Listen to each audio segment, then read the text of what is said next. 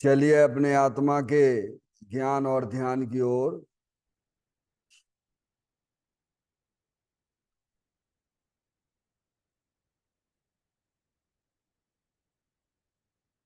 अपने चंचल मन को एवं चंचल उपयोग को स्थिर करने के लिए जनवाणी माता के माध्यम से अपनी वर्तमान ज्ञान की पर्याय में सम्यक भी ज्ञान उत्पन्न करते हुए शरीर शरीर से संबंधित जितने भी चेतन अचेतन पदार्थ हैं उनका मुझ भगवान आत्मा के साथ में किसी भी प्रकार का कोई संबंध नहीं है। इस प्रकार समस्त पर पदार्थों में अपने संबंध की वृत्ति को छोड़ते हुए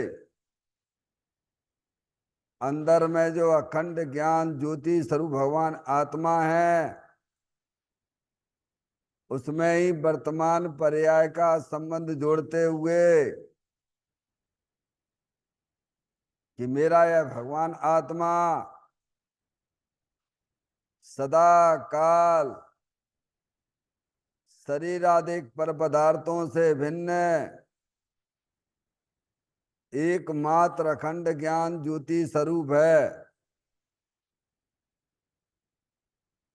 ऐसा अपने आप को जानो और ऐसा ही अनुभव करो कि वर्तमान में ही मेरा यह भगवान आत्मा शरीर आदि पर पदार्थों से भिन्न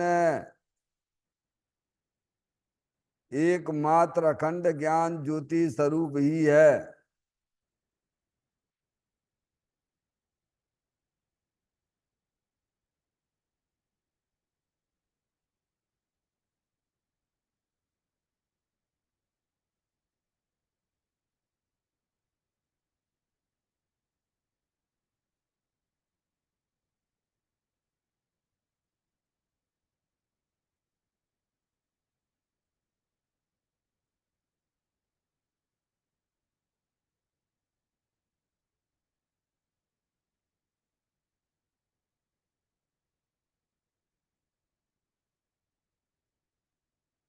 इसी प्रकार से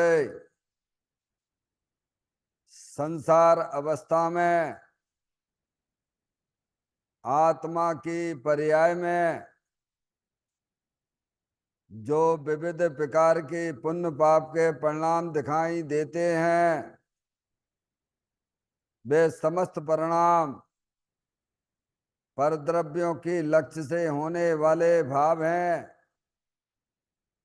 वे हमारे आत्मा का स्वभाव नहीं है। ऐसे समस्त रागादिक परिणामों में एकत्व बुद्धि, ममत बुद्धि, कर्तृत्व बुद्धि, भोक्तत्व बुद्धि तथा उन रागादिक परिणामों की ज्ञाता बुद्धि को भी छोड़ते हुए अंदर में जो अखंड ज्ञान ज्योति स्वरूप भगवान आत्मा है जो कि सदा काल शरीर रागादिक से भिन्न पूर्ण निराकुलता स्वरूप भगवान आत्मा है। ऐसा अपने आप को जानो और ऐसा ही अनुभव करो कि वर्तमान में ही मेरा यह भगवान आत्मा शरीर राग आदि से भिन्न एकमात्र पूर्ण वीतराग आनंद स्वरूप है।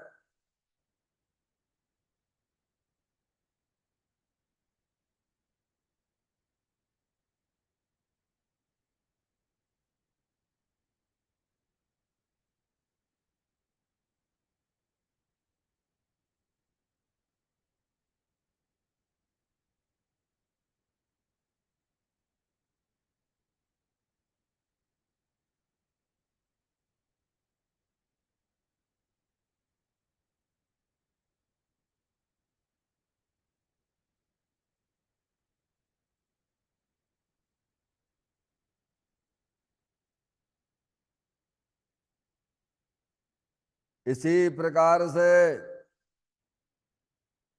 संसार अवस्था में आत्मा के पर्याय में जो पर के लक्ष्य से होने वाला ज्ञान है, वह परलक्षी ज्ञान भी हमारे आत्मा का स्वभाव नहीं है। वह तो इंद्रिय जनित ज्ञान है। इस प्रकार शरीर, रागादेश और परलक्षी ज्ञान के पर्यायों से भी भिन्न मैं तो एकमात्र अखंड ज्ञान ज्योति स्वरूप भगवान आत्मा हूं। ऐसा अपने आप को जानो और ऐसा ही अनुभव करो कि वर्तमान में ही मेरा यह भगवान आत्मा शरीर, रागादेश और खंड खंड ज्ञान के पर्यायों से भी भिन्न एकमात्र अखंड ज्ञान ज्योति स्वरूप ही है।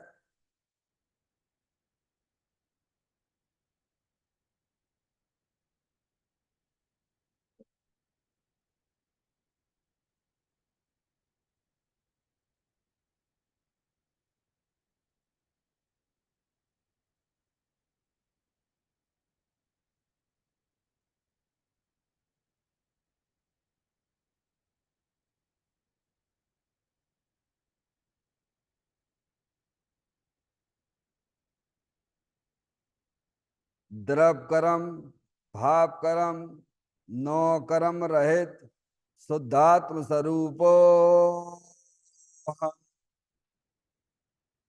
मेरा ये भगवान आत्मा सदा काल शरीर आदि नौ कर्मों से भिन्न है। मेरा ये भगवान आत्मा सदा काल ज्ञानावरणादि 8 कर्मों से भी भिन्न है।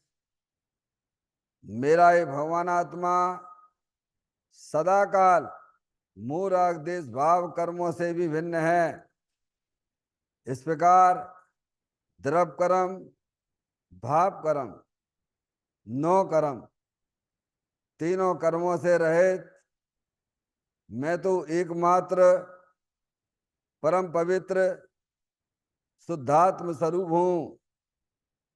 ऐसा अपने आप को जानो और ऐसा ही अनुभव करो कि वर्तमान में ही मेरा यह भगवान आत्मा तीनों प्रकार के कर्मों से रहित एकमात्र परम पवित्र शुद्धात्म स्वरूप है।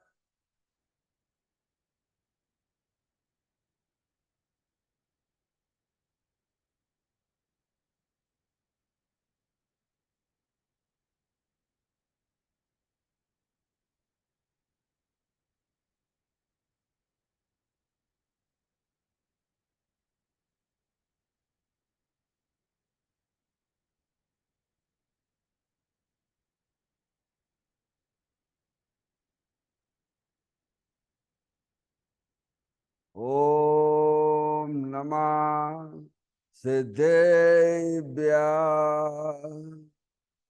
ओम नमः सिद्धेभ्य। ओम नमः सिद्धेभ्य।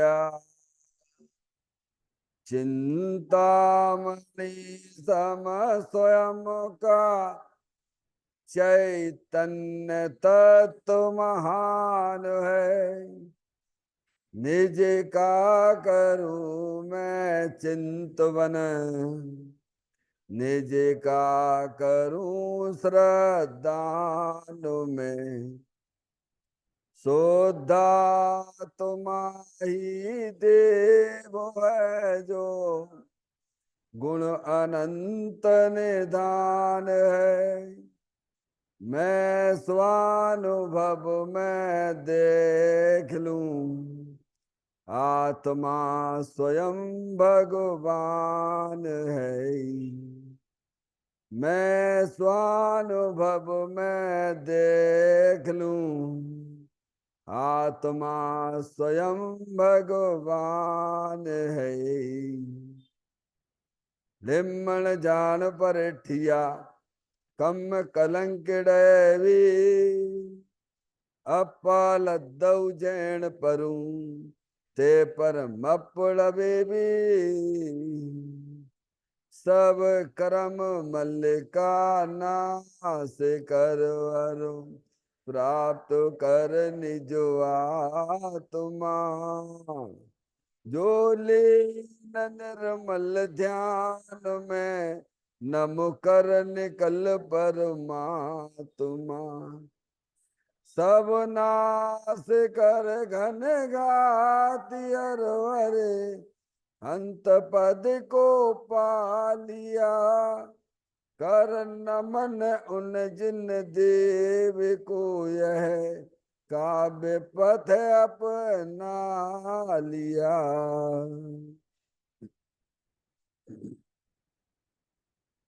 श्री योगसार जी नामक परम आध्यात्मिक ग्रंथ स्वाध्याय हेतु में विराजमान है।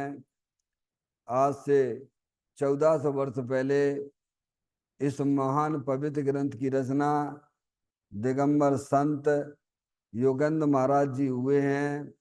उन्होंने इस महान पवित्र ग्रंथ की रचना की और उन्होंने इस ग्रंथ का नाम योगसार जी रखा। योगसार जी का सीधा सा अर्थ है मुक्ति के मार्ग में। योग का मतलब जोड़ होता है। किसका किसके साथ में जोड़ करना? तो अंत्य परमात्मा कहते हैं कि अपनी वर्तमान सुत ज्ञान की पर्याय का अंदर जो अपना त्रिकालिक ध्रुव भगवान आत्मा जो सदाकाल द्रव्य कर्म भाव कर्म नौ कर्म से रहित एकमात्र अखंड ज्ञान ज्योति स्वरूप है। ऐसे गायक प्रभु परमात्मा के साथ में अपनी वर्तमान सुत ज्ञान की पर्याय का संबंध जोड़ने का नाम योग है, जिसे शास्त्रीय भाषा में सम्यक दर्शन सम्यक ज्ञान भी कहते हैं। और चेतन भगवान आत्मा में ही अपनी वर्तमान पर्याय को मग्न कराना, लीन करना, स्थिर करना, उसे सार कहते हैं, यानी सम्यक चारित्र कहते हैं। तो योग सार क्या हो गया? सम्यक दर्शन, सम्यक ज्ञान, सम्यक चारित्र वाली निर्मल पर्याय, पवित्र पर्याय जो अपने आत्मा के आश्रय से प्रकट होती है, इसे यहाँ योग सार कहते हैं। देखिएगा, योग सार ग्रंथ के माध्यम से हम और आप यहाँ पर 53 नंबर की गाथा का स्वाध्याय चल रहा है, जिसमें दिगंबर संत में यही इस गाथा के माध्यम से यही बताना चाहते हैं कि आत्मज्ञान बिना शास्त्र पाठ निष्फल है। इसका क्या मतलब है? आत्मज्ञान का मतलब क्या लेना? अपने आत्मा का अनुभव लेना। क्या लेना? अनुभव में सब चीज आ जाता है। अपने आत्मा का श्रद्धान भी हो गया, अपने आत्मा का ज्ञान भी हो गया और अपने आत्मा का चारित्र भी हो गया, लीनता भी आ गई। यानी अनुभव में तीनों चीजें आ जाती हैं। समझ में आया भैया? आत्मज्ञान का मतलब क्या लेना? अपने आप को आत्मा रूप अनुभव करना। और अगर ये काम नहीं किया तो शास्त्र पढ़ना तुम्हारा हमारा सब निष्फल है, बेकार है। क्यों? क्योंकि शास्त्र जो पढ़ाई होती है, जो सुनते हैं अपन, श्रवण करते हैं अथवा समझाते हैं, ये तो शुभ भाव है। क्या है? जिनेन्द्र देव परमात्मा के द्वारा जो वस्तु स्वरूप बताया गया है शास्त्रों में, समय में उसको पढ़ना, उसको समझना, उसका चिंतन करना, बारंबार विचार करना, लोगों को समझाना, ये सब क्या है? शुभ भाव है, परिलक्षी भाव है। समझ में आया भैया? इसका फल तो देव गति और मनुष्य गति में जाएगा जी। ठीक है? हैं? और अपने आत्मा का अनुभव करना। शास्त्र आप पढ़ते हो तो शास्त्र पढ़ के आपका क्या प्रयोजन था? शास्त्र पढ़ने का बोलो। शास्त्र जो है अरिहंत परमात्मा के बताए हुए वस्तु स्वरूप को समझते हो, पढ़ते हो, चिंतन करते हो, विचार करते हो। सबका प्रयोजन क्या था? कि अपनी पर्याय में निराकुलता की उत्पत्ति हो। क्या हो? अरे भाई क्या हो? अपनी पर्याय में अभी आकुलती आकुलता चल रही है ना, चल रही है ना। ये आकुलता अनादि काल से चल रही। कब से चल रही है? हम सब क्या है? कोई लड़का नहीं है, कोई लड़की नहीं है, सब जानने देखने वाली चेतन आत्म वस्तु है। क्या है? देखो, शरीर ये जुदी वस्तु है, ये जड़ है, और इसको जानने वाली चेतन आत्म वस्तु अरूपी है। दोनों जुदी जुदी हैं, एक दूसरे का किसी से कोई संबंध नहीं है। समझ में आया भैया? अब भेद ज्ञान करना, शास्त्र पढ़ के क्या करना? ये भेद ज्ञान यहीं पे होगा। ये कौन बताएगा तुम्हें कि तुम आत्मा हो? जो अपने आप को आत्मा रूप अनुभव कर रहे हैं वे बताएंगे। क्या बताएंगे? कौन बताएगा? शास्त्र में तो संकेत लिखा हुआ है। क्या है? देव शास्त्र गुरु तो संकेत मात्र हैं। मर्म तो ज्ञानी के परिणामों में रहता है। कहाँ रहता है? शास्त्र तो संकेत मात्र हैं, उसका भाव तो ज्ञानी के पास में है। क्यों ज्ञानी के पास में है? क्योंकि ज्ञानी अपने आप को आत्मा रूप अनुभव कर रहे हैं। वे जानते हैं सभी जीव जो है दुखी हो रहे हैं, परद्रव को अपना जानने से, परद्रव को अपना मानने से, निरंतर परद्रव का लक्ष्य करके दुखी हो रहे हैं। क्या हो रहे हैं? अगर वे शास्त्र के द्वारा अपना वस्तु स्वरूप समझ लें, अपनी आत्मा को समझ लें, क्या जी यहाँ पर मिलता है जो आपको हमको महान पुण्य के उदय से ये प्राप्त हुआ है। शास्त्र का श्रवण करना, वस्तु स्वरूप का सच्चा ज्ञान करना, ये महान पुण्य के उदय से मिलता है। ये अनंत काल बाद आपको हमको मौका मिला है। कितनी बार? कहाँ थे पहले हम और आप? होंगे त्रियंच गति में पड़े होंगे। कहाँ हो गए? अधिकतम समय तो त्रियंच गति में ही जाता है ना भगवान जीव का। दो इंद्रिय आदि भी क्या है? वो तो घूमने फिरने की है। मनुष्य पर्याय भी घूमने फिरने की है, देव गति भी घूमने फिरने की है, नरक गति भी घूमने फिरने की है। रहता एक इंद्रिय में रहता है, निगोद में रहता है। वहां से निकलना दुर्लभ लही, जो चिंतामणि त्यों पर्याय लही तरस्तणी। समझ में आया भैया? अज्ञान दशा इस जीव की अधिकतम निगूद में जाके निकलती है। समझ गए? तो ये जिनवाणी माता का जो श्रवण हम आपको हो रहा है, वस्तु स्वरूप का जो सच्चा ज्ञान हो रहा है, तो ये महान जब पुण्य का उदय होता है तभी इस जीव को ये बातें वस्तु स्वरूप की सुनने को मिलती हैं। बराबर? क्या? तो यहाँ कहते हैं कि शास्त्र ज्ञान बिना शास्त्र पाठ तो निष्फल है। अपने आत्मा का ज्ञान, क्या का ज्ञान? अपने आप को आत्मा अनुभव करो, देखो अभी तो कैसे अनुभव कर रहे हैं। अभी अनुभव में क्या चल रहा है हमारे आपके? मैं लड़का हूं, मैं लड़की हूं, मैं रागी हूं, मैं द्वेषी हूं। आत्मा ना तो शरीर रूप होता है, ना कर्म रूप होता है, और ना ही कैसे राग आदि रूप होता है। समझ में आया भैया? और इस रूप अनुभव करना ये मिथ्यात है, ये सबसे बड़ा पाप है। और इस पाप के वशीभूत होकर ये आत्मा 4 गति 84 लाख योनियों में परिभ्रमण करता है। इसीलिए दिगंबर संतों ने इस गाथा के माध्यम से जगत के लोगों को यह बात बताई है, तुम भैया शास्त्र ही पढ़ते रहोगे, उसकी सारभूत वस्तु जो दिगंबर संतों ने बताई है, माँ जनवाणी माता हमें समझा रही है, उसको कब ग्रहण करोगे तुम? क्यों समय तो तुम्हारा जाता जा रहा है। अरे आयु तो सबकी भैया सीमित है ना। अरे भाई कोई 20 साल के लिए आया, कोई 25 साल के लिए आया, कोई 40 साल के लिए आया। जैसे महावीर भगवान तो 72 साल के लिए आए थे मनुष्य पर्याय में। आदिनाथ भगवान जो 84 लाख पूर्व के लिए आए थे। कोई अमर तो थे नहीं बेबी। क्या हम आप सब अमर हैं क्या? शरीर से, द्रव्य स्वभाव से तो अमर ही हैं। समझ में आएगी भैया? तो संयोग रूप अनुभव करना ये तो मिथ्यात है, क्योंकि आत्मा कभी संयोग रूप होता ही नहीं है, संयोगी भाव रूप भी नहीं होता है। क्या कहा? वो तो तीनों काल वीतराग आनंद मूर्ति स्वरूप है। समझ में कैसा है? अब ये ज्ञान यहां मिलता है, कहाँ मिलता है? जहां हम आप ले रहे हैं, ये आपको हमको बहुत दुर्लभ से प्राप्त हुआ है। समझ में? इसकी दुर्लभता को आपको समझना पड़ेगा। नहीं समझोगे तो तुम रहोगे तो अनादि अनंत, रहना तो पड़ेगा, तुम्हें आत्मा बन के ही रहना पड़ेगा। मैंने आपको हजार बार कह चुका हूं। क्या? आत्मा हो, आत्मा थे और आत्मा ही रहोगे। ये शरीर बदलते रहते हैं, अंदर में परिणाम भी बदलते रहते हैं। नहीं बदलने वाली कोई अगर वस्तु है तो वह शुद्ध चिदानंद भगवान आत्मा। क्या?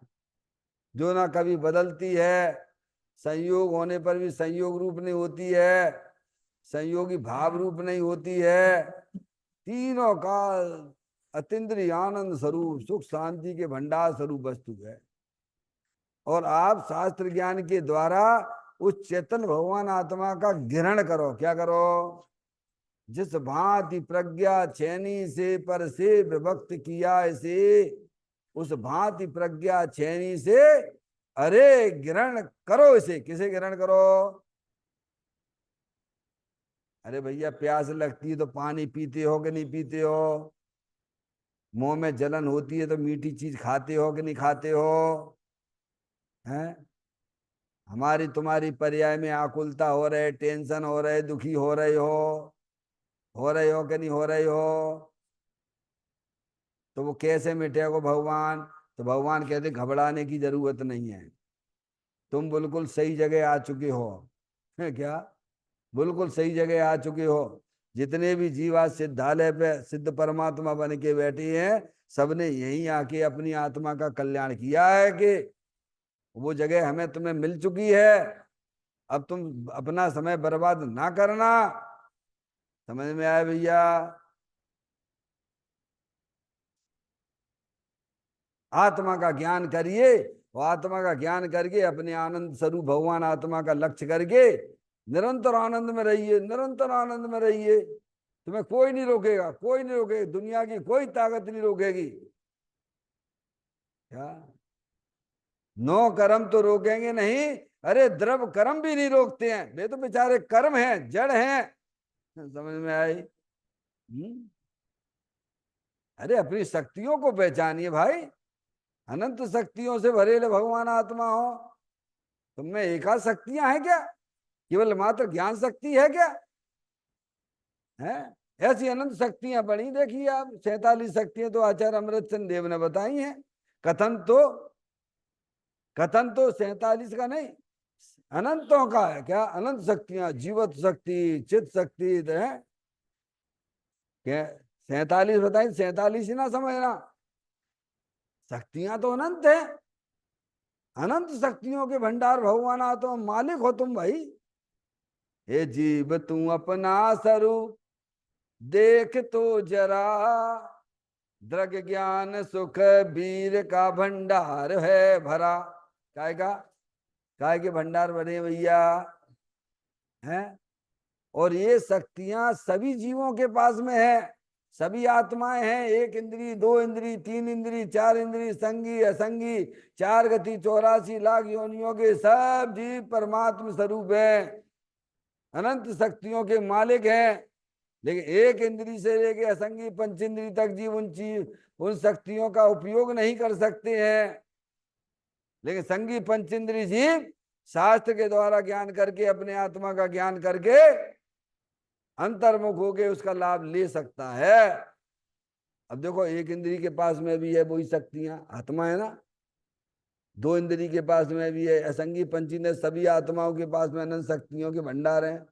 अब वे उपयोग नहीं कर रहे, और तुम संगी होकर देव साथ गुरु के सानिध्य में आकर, क्या मुश्किल से आए ना यहाँ पर, जन्म मरण नित्य करते करते काल अनंत गमाए।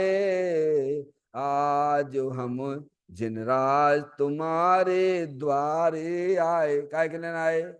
जैसे वे सेवन नहीं कर रहे हैं, जैसे तुम शास्त्र पाठ ही पढ़कर भी तुम भी सेवन नहीं कर रहे हो। क्या कह रहे हैं भगवान? पहले तो शास्त्र का ज्ञान, मर्म आपके ज्ञान में बैठ जाना, ये भी दुर्लभ है। अभी आएगी 66वें नंबर की गाथा का स्वाध्याय करेंगे। समझ में आया भैया? आपके ज्ञान में वस्तु स्वरूप का सच्चा ज्ञान आ जाना, ये भी बहुत बड़ी दुर्लभता है। समझ में आया भैया? और ज्ञान आ जाए और उसका तुम सेवन ना करो तो, जैसे कोई एवरेस्ट की चोटी पे पहुंच गया मतलब बस थोड़ी सी और रह गया है, थोड़ा सा ही, एक हाथ जितना समझ लो है। समझ में आया भैया?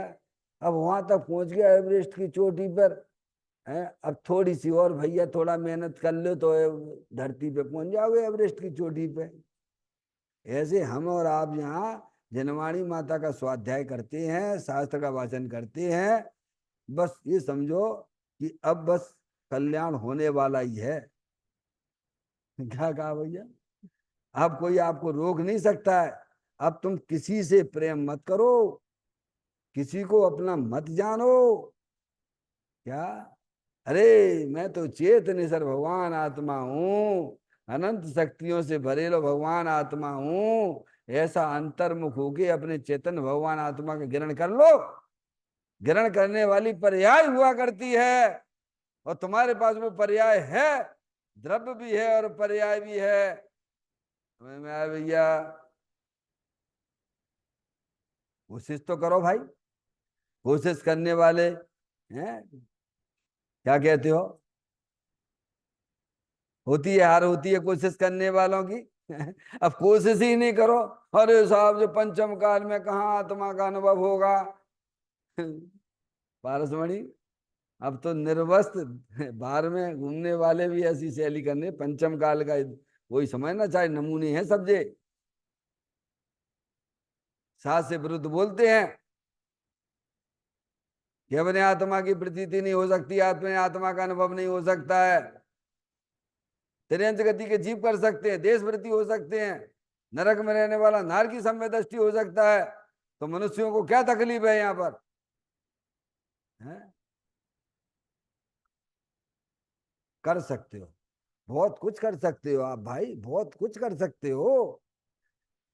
समझ में आया भैया? मनुष्य पर्याय में आत्मा है तो 3 चौकड़ी कसाई का अभाव कर लेगा भैया। 2 चौकड़ियां, 3 चौकड़ियां, अनंतान मिथ्या तो जाएगा ही जाएगा, दर्शन मुई जाएगा है। अनंतानुबंधी कसाय जाएगी, अप्रत्याख्यान संबंधी कसाय भी आएगी, अप्रत्याख्यान संबंधी कसाय भी जाएगी, और उनके अभाव में पीतराग आनंद दशा की प्राप्ति भी होगी उतनी। अब रह जाएगी संजुलन मूलराज की बात है। और देश वृत्ति तक महिलाएं हैं, महिलाएं देश वृत्ति तक जा सकती हैं। कहां तक? मिथ्यात का अभाव किया, वस्तु स्वरूप का सच्चा ज्ञान करके अपने आत्मा की प्रतीति करके अनंतानुबंधी कसाय भी चली गई और अप्रत्याख्यान कसाय भी चली गई। तो दो दो दो कसाय चौकड़ी हवा तक तो मनुष्य तेरी महिलाएं भी जा सकती हैं वहां तक। ये उनकी पर्याय की ऐसी योग्यता है कि वो जो है ऊपर 3 चौकड़ी कसाय का अभाव नहीं कर सकते, मुनराज कर सकते हैं। समझ में आया भैया? इतना काम तो एटलीस्ट हम सब आप कर सकते हैं ना भगवान है। तो यहाँ इस बात पर बहुत वजन दिया गया है। क्या? आत्मा का ज्ञान का मतलब ये अपने आप को आत्मा रूप अनुभव करना। अपने आप को अनुभव रूप करोगे तो ये तुम्हारा पड़ा हुआ सब सफलता के लिए चला जाएगा। और फिर शास्त्र तो पढ़ते हो, लेकिन शास्त्र जो बता रहा है उस पर तुम्हारी दृष्टि ही नहीं है, सार को ग्रहण नहीं करते हो, इसलिए तुम्हारा सब पढ़ा पढ़ाया जीरो है। कैसा है? ये बात निष्फल का है। समझ रहे आप? शास्त्र पढ़ता जीव जड़ पर आत्मा जाने नहीं, बस इसीलिए ही जीव है निर्वाण को पाता नहीं। देखिएगा अगले पॉइंट पर विचार करते हैं।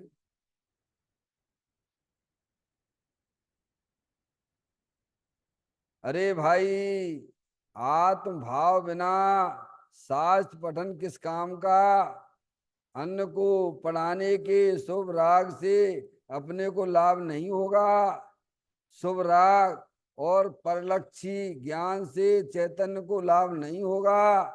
इसीलिए आत्मा के लक्ष्य बिना शास्त्र पठन भी व्यर्थ है। अंतर्मुख होकर भगवान आत्मा का ज्ञान करे तो चैतन्य है। क्या बात आई। अरे भाई, करुणा का बात है। क्या कहते हैं, करुणा। अरे भाई, तुम क्या करते हो, ये तुम्हें शोभा देता है। तुम पढ़े लिखे हो, बेवकूफ जैसे काम करते हो भाई। क्या कहते हैं, किससे कहती हैं, जो शास्त्र पढ़ता है उससे कहती हैं। उसे समझाते हैं कि अरे भाई, ये तुम्हें शोभा देता है, तुम ऐसे काम करते हो। जैन होकर भी होटल पे बैठते हो, तुम्हें अच्छा लगता है क्या है। अनछना पानी पीते तुम्हें अच्छा लगता है क्या। अभक्त का सेवन करते तुम्हें अच्छा लगता है क्या। कहते नहीं। अरे जैनी होकर तुम यहाँ होटल में बैठे हो यहाँ पर। ये करुणा के शब्द है ना जैनी के। तुम्हें यहाँ ज्ञानियों की करुणा है ये। अरे भाई, आत्म भाव बिना साज पठन किया। साज पठन किस काम का है। आत्म भाव यानी वीतराग भाव। आत्मा का लक्ष्य होगा तो उसमें कौन सी पर्याय आएगी। आत्म भावना भावता जीव लये केवल ज्ञान को। क्या है भावना, यानी भवन रूप परिणमन करना। जो वर्तमान पर्याय है, तो अंदर जो चेतन भगवान आत्मा बीतराग आनंद स्वरूप है, उसकी दृष्टि करके परिणमन करना, वो कहलाता आत्म भाव। अरे भाई देखो, सुनार है ना, सुनार होता है नहीं। आप अपनी अंगूठी लेके जाओगे सुनार के पास में, और है तो 10 ग्राम की, तो वहां से कहो भाई साहब 10 ग्राम के पैसा दे दो, तो 10 ग्राम के नहीं देगा। क्यों, सोना वहां में 10 ग्राम नहीं है वहां में। क्यों, उसमें तो आपका जो है है, उसमें तो चांदी भी है, मिट्टी भी है, क्या कह रहे हैं, तांबा भी है कि नहीं है। अंगूठी बनी ना, तो कितने के पैसे देगा, जो बाद करके देगा। क्या करेगा वो, मिट्टी का वजन भी आएगा उसमें, चांदी का वजन भी होगा उसमें, तांबे का वजन भी होगा। तो सराफा वो जो है ना, जो जो है ना, वो उसको उसको पहचान के कहेगा भाई साहब ये आपको इतने पैसे मिलेंगे। 10 ग्राम के तो हम सब मिलावट वाले हैं। उसी के तो पैसे देगा, सोने के पैसे देगा ना। ऐसे ही ज्ञानी जो है ना, अपने उपयोग को, ये सब जो मिलावट दिख रही क्या है, शरीर की मिलावट, कर्मों की मिलावट, मूल राग देश की मिलावट, और वो अंदर चेतन भगवान आत्मा भीतर आनंद मूर्ति स्वरूप है। तो ज्ञानी उसको देख कर, देखते हैं ना, उसको देखते हैं, देखने वाली पर्याय है ना, सुत ज्ञान की पर्याय है ना। किसको ग्रहण कर रही है, किधर देख रही है, ज्ञानी की दृष्टि किधर है। ज्ञानी की दृष्टि शरीर के ऊपर है, ज्ञानी की दृष्टि कर्मों के ऊपर है, ज्ञानी की दृष्टि राग के ऊपर है। ज्ञानी की दृष्टि तो अंदर बीतराग आनंद मूर्ति स्वरूप भगवान आत्मा है ना, उस पर जब पड़ती है तब वो आत्म भाव प्रकट होता है। क्या होता है, बात समझ में आती है। कहाँ ले जाना है अपने उपयोग को। पारस मणि जी, काम काम नहीं दिखता क्या। हमें घर गृहस्थी के सब काम दिखते हैं, सब भाई दिखते रहते हैं क्या, समझ आए। इनकी शादी में जाना है, इनकी बारात में जाना है, क्या नहीं आई समझ में। तुम भैया, तुम्हें अपना काम नहीं दिख रहा हो, तुम्हें ज्यादा हुए तो वहां चढ़े, तो भगवान की पूजा भक्ति में जाना है, वे करना है, ये प्रोग्राम हो रहा हो वहां में जाना है। अरे भैया जाओ, कौन तुम्हें मना करता है। धर्मदास जी शुल्लक कहते हैं, भैया तुम्हें पाप करना हो तो करो, पुण्य करना हो तो करो, हम तुम्हें ना रोकते। क्या कहते वे, आपको पाप करना हो तो करो, हम तुम्हें ना रोकते, तुम्हें पुण्य करना हो तो करो, हम तुम्हें ना रोकते, पर ये तो विचार करो कि आत्मा कुछ कर सकता है कि नहीं कर सकता है, इतना विचार करोगे कि नहीं करोगे। जाके लिए हमारे पास टाइम ही नहीं है। नहीं है तो तुम समझ लेना निगोद जाना तुम्हारा निश्चित है। किसी भगवान से ना पूछा, भगवान का संदेश आया जी। जो अपने आत्मा के बारे में नहीं सोचते हैं, अपने आत्मा का विचार नहीं करते हैं, निगोद ही जाना पड़ेगा। समझ में आ गई भैया। इसलिए मनुष्य पर्याय मिली है अपने आत्मा के बारे में विचार करना। मैं कौन हूं, आया कहां से, और मेरा रूप क्या, संबंध दुख में कौन है, स्वीकृत करूं पर यार क्या। अरे अनंत शक्तियों से भरे लो भगवान आत्मा हूं मैं तो। आप जैसे आपके विचारों में ये चीजें आएंगी ना, तो आपकी बहुत सारी आकुलता तो वैसी गायब हो जाएगी। क्या हो जाएगी, गायब हो जाएगी। अब ये तो उपाय करना नहीं, बस लगे रहते हैं परद्रव्यों से प्रेम करने में लगे रहते हैं, लड़का मेरा, लड़की मेरी, दुकान मेरी, गाड़ी मेरी है, और जो मिलेगा रास्ता वो भी मेरा, जिसे नहीं जानते हैं जानने लग गए वो भी मेरा। तो बताओ किसका बुरा होगा, बा का बुरा होगा, पर से प्रेम करते हो, पर का बुरा होगा कि तुम्हारा बुरा होगा। माँ जनवाणी माता ने हमारे ऊपर कितना बड़ा उपकार किया है। ये उपकार उपकार नहीं दिखता हमको क्या। माँ जनवाणी माता कहती है प्रेम करो, अपनी चीज से प्रेम करो। अंदर तुम्हारा भगवान आत्मा बीतराग आनंद मूर्ति स्वरूप है। जब तुम उसकी दृष्टि करोगे, जब तुम अंतर्मुख होके अपने आत्मा को ग्रहण करोगे, तो तुम्हारी पर्याय बीतराग भाव की उत्पत्ति होगी। क्या है, तो क्या आत्म भाव बिना, समझ गए आप, यानी आत्मा के अनुभव के बिना, आगे बात समझ में, उपयोग के अंतर्मुख किए बिना, क्या निकला आत्म भाव का मतलब, ये काम लगता है कि नहीं लगता है। ज्ञानियों को लगता है अरे भैया यही काम करने लायक था। करने लायक तो जगत में यही काम था। आत्म भाव न भावता जीव लहे केवल ज्ञान को, समझ आए। तो आत्म भाव बिना शास्त्र पठन किस काम का है। शास्त्र पढ़ते रहते पढ़ते रहते पढ़ते रहते, कब तक पढ़ते रहोगे तुम ये बताओ। जो नहीं पढ़ते हैं बिन की तो दिल्ली बहुत दूर है। क्या कहा, जो शास्त्र नहीं पढ़ते हैं उनकी दिल्ली तो बहुत दूर है। वे अभी अब अशुभ अशुभ भाव में ही खेल रहे हैं। जो शास्त्र तो पढ़ते हैं, पर शास्त्र पठन का जो सारभूत वस्तु है उसे ग्रहण नहीं करते हैं, तो कहते हैं भाई साहब तो फिर किस काम का है। क्या, अच्छा ये बताओ सीए कौन बनेगा, क्यों बेटे कौन बनेगा सीए, नहीं पढ़ने वाला बनेगा कि सीए की पढ़ाई पढ़ने वाला बनेगा। अरे बोलो भैया अपने से बोलो, हैं। सीए नहीं पढ़ेगा वो सीए बन जाएगा, ऐसा है क्या। हम्म, सीए की किताब पढ़ेगा भैया तो वो ही तो, उसी को तो चांस है सीए बनने का। समझ में आए भैया। अब पढ़ते तो रहते हो, पढ़ते तो रहते हो, पर रिजल्ट तो क्या कहेंगे, बोलो क्या कहोगे आप, क्या कहोगे बेटा। और वो दलील भी देगा, वो दलील भी देगा, देखो पिताजी मैं बराबर पढ़ता रहता हूँ, दिन में ही पढ़ता हूँ, रात में ही पढ़ता हूँ, पढ़ता ही रहता हूँ, मैं मोबाइल भी नहीं चलाता, मैं टीवी भी नहीं देखता, मैं कहीं नहीं जाता हूँ, न शादी में न ब्याह में, केवल एक ही काम विद्यार्थी का हमारा जो काम वो मैं कर रहा हूँ, ईमानदारी के साथ में। बराबर तुम ईमानदारी के साथ में कर रहे हो भगवान, ये सारी बातें तुम्हारी सही होने पर भी, लेकिन हमें तो तुम्हारा रिजल्ट उत्तीर्ण चाहिए। क्या चाहिए, ज्ञानी भी यही कहते हैं, तुम पढ़ते हो तो पढ़ो और ना पढ़ते हो तो ना पढ़ो। नहीं आई समझ में। शास्त्र पढ़ते हो तो ठीक, ना पढ़ते हो तो ठीक।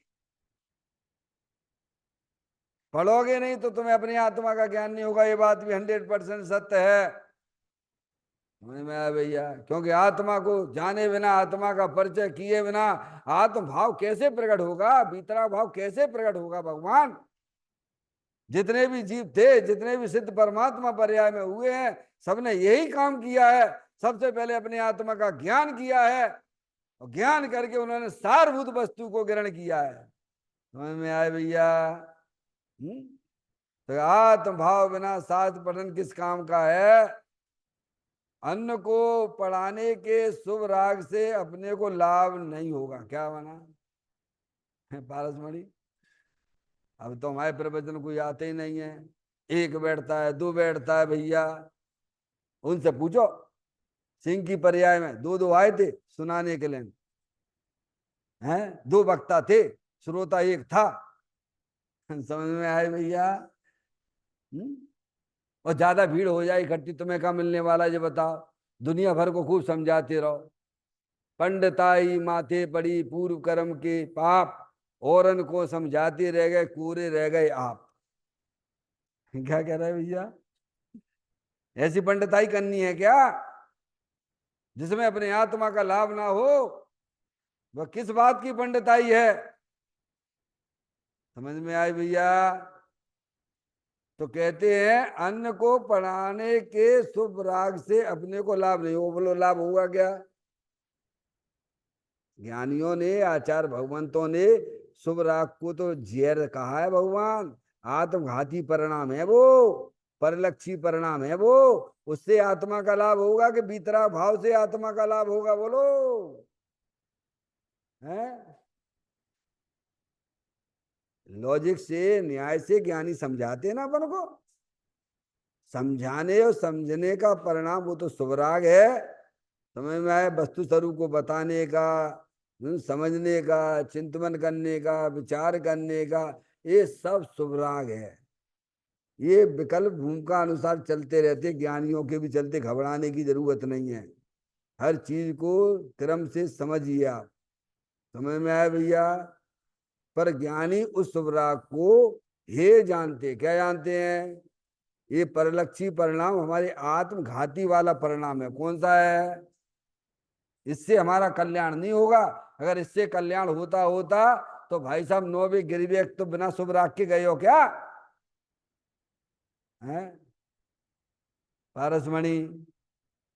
अगर शुभ राग को ज्ञानी अगर उपाधि माने, उससे लाभ माने, तो वो विचार करता है, ज्ञानी विचार करता है कि भाई ये शुभ राग तो हमारा ऐसा हुआ है, शास्त्रों में तो ये लिखा है कि नौवे गिरवेक नो की हद पाई अनंत बिरिया। एक बार नहीं, कितनी बार? तो फिर फेल क्यों हो रही हैं? तो फिर फेल, तो ये विचार सब चाहिए कि नहीं चाहिए आत्म कल्याण में? है बताइए आप। नहीं, हम तो एक शुभ राग के पक्ष लेके, नहीं नहीं साहब ये नहीं होगा तो कैसे होगा? मर जाओगे, मर जाओगे क्या? 307 नंबर, 370वें नंबर की गाथा समय सार जी की पढ़ना। जैसे सर्प को दूध पिलाने से है जहर उसका बढ़ता जाता है, क्या होता है? क्या होता है? सर्प को दूध पिलाने से उसका जहर बढ़ता जाता है।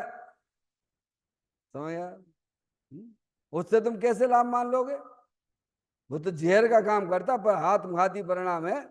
जब तुम आत्मघाती परिणाम समझोगे तो फिर वहां से भी छुट्टी तुम्हें मिलेगी। अभी तो हमें अच्छा समझे बैठे हुए, क्या समझे बैठे हैं? फिर इसके बिना तो हमारा चलेगा नहीं। अरे ऐसे लाओ ना, अरे आत्मा के अनुभव के बिना हमारा नहीं चलेगा। समझ में आए भैया? ऐसा क्यों नहीं लाते परिणामों में? अभी हमें तो शुभ राग का पक्ष पड़ा हुआ है, तो कहते उससे कोई आत्मा का लाभ नहीं होगा। वो आत्म परिलक्षी परिणाम, आत्मघाती परिणाम है। शुभ राग होगा, शुभ राग से मनुष्य पर्याय मिल जाएगी, तुम्हें देव गति मिल जाएगी। पर तुम फिर उसके बाद क्या करोगे? बोलो। जैसे डोलते आ रहे सो डोलते रहोगे। तो कहते हैं अन्न को पढ़ाने के शुभ राग से अपने को लाभ नहीं होगा।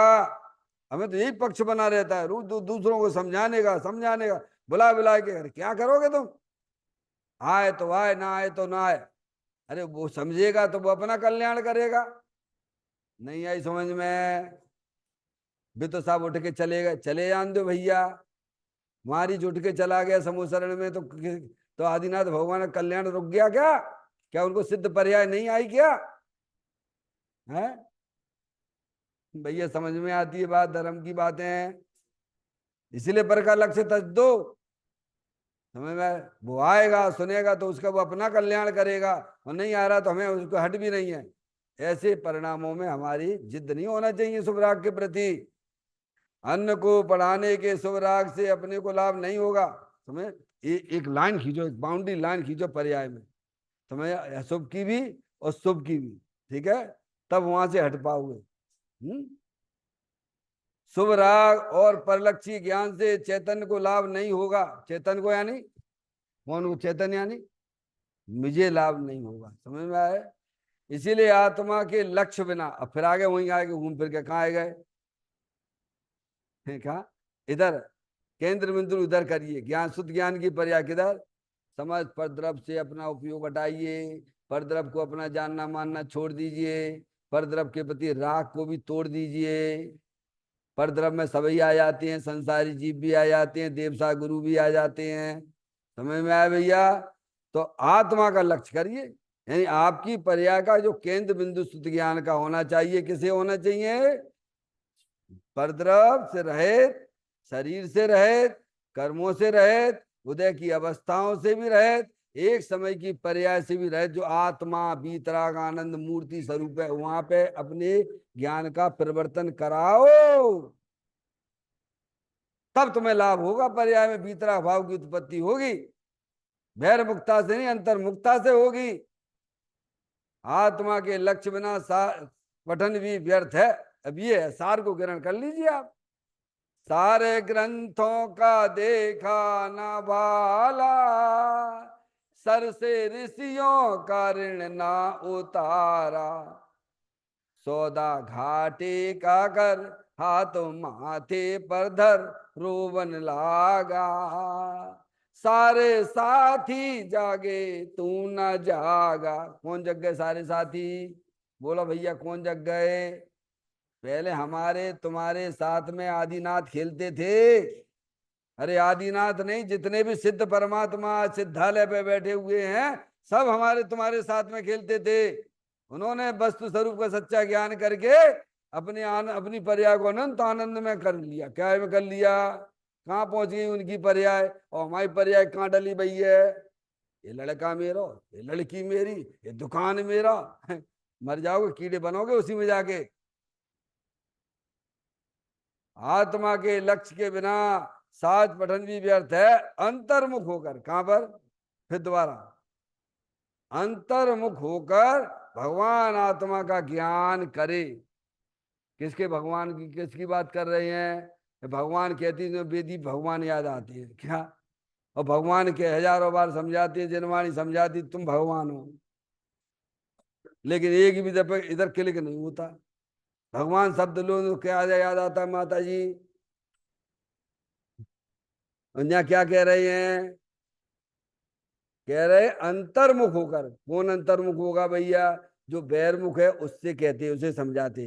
अंतर्मुख होके तुम्हारा चेतन भगवान आत्मा का ज्ञान करो। ज्ञान का मतलब उसका अनुभव करो। ज्ञान का मतलब क्या लेना? उस रूप अपने आप को परिणमन कराबाओ। अंदर अपना भगवान आत्मा है ना, भीतराग आनंद मूर्ति स्वरूप है ना, उसको पकड़े। कौन पकड़े? पकड़ने वाली शुद्ध ज्ञान की पर्याय है। अभी तो शरीर को पकड़े बैठी है। काय को पकड़े बैठी है? अरे किसको पकड़े बैठी है? शरीर को पकड़े बैठी, और ज्यादा हो तो रागादिक परिणतियों को पकड़े बैठी है? भारी पर पदार्थों को पकड़े बैठी बैठी हुई है। तो कैसे कल्याण हो जाएगा बोला भैया? भगवान ने कल्याण का मार्ग क्या बताया है? अंतर्मुख होके अपने चेतन भगवान आत्मा को पकड़े, उस रूप परिणमन करे।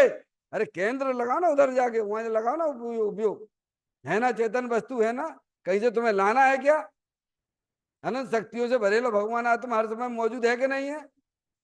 या तो मना करो नहीं है भैया, नहीं है तो फिर क्या जरूरत है भैया? है ना, सभी के पास में, सबके ही पल्ले लाल, लाल बिना कोई नहीं, और गांठ खोल देखी नहीं, ताते भयो कंगाल। इसीलिए कहते हैं अंतर्मुख होके अपने चेतन भगवान आत्मा का ज्ञान करे, यानी अनुभव करे।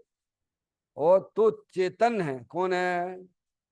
चैतन्य गुफा में मुनुवर बसते, अनंत गुणों में केली कर खेलते हैं। समझ? ज्ञानी अपने चेतन भगवान आत्मा के साथ खेलते हैं। और हम किन के साथ खेल रहे हैं?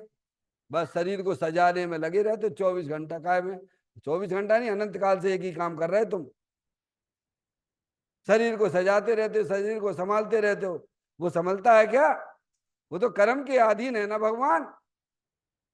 अपना चेतन भगवान आत्मा जो अनंत शक्तियों से भरेला है, उसको जब शुद्ध ज्ञान की पर्याय शरीर को बात करती हुई, कर्मों को बात करती हुई, राग को भी बात करती हुई, और एक समय की पर्याय को भी बात करती हुई अविनाशी वस्तु को पकड़ती है, उस रूप परमन करती है, तो उसका ज्ञान भी ज्ञानी का ज्ञानमय हो जाता है, चैतन्यमय हो जाता है। इस प्रकार के इस बोल में ये बात आई है।